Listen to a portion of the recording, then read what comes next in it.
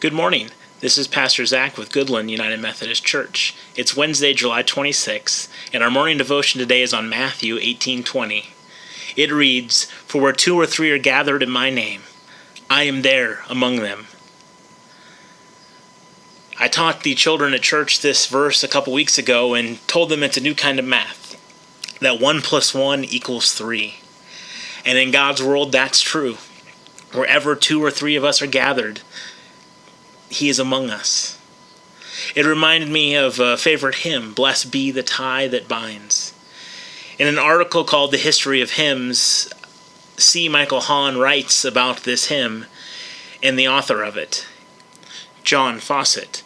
John Fawcett was a dissenting Baptist clergyman in England and ended up giving us one of the most beloved farewell hymns of all time.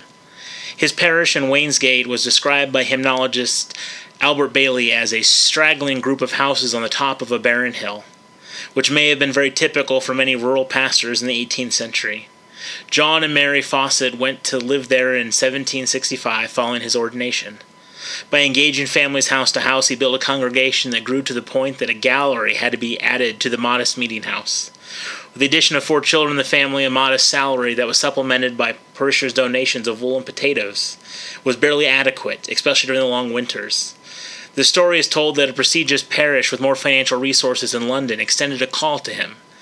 As at that point it becomes difficult to separate fact from imagination, the author of this article says. A vivid storyteller sets the scene. John and Mary decided to accept this call. The announcement was made at the church, and the farewell sermon was preached. The items of furniture and some older books were sold the day they departed, and a 2-wheel cart came for the rest of their belongings. Likewise came the parishioners to say goodbye to them. The crowd was despondent and in tears, and according to Mr. Bailey, that Mary is quoted as saying, "I can't stand it, John. I know not how to go." And Reverend Fawcett replied, "Lord, help me, Mary, nor can I. We will unload the wagon. We've changed our minds. We're going to stay." He describes a scene of pandemonium. The crowd broke out in joyful acclamations. You see, in this day, it was a practice of many ministers to write hymns on the theme of the day to be sung at the conclusion of the sermon. This hymn, "Blessed Be the Tie That Binds," was included in a title called Brotherly Love in Fawcett's Hymns Adapted to the Circumstances of Public Worship and Private Devotion.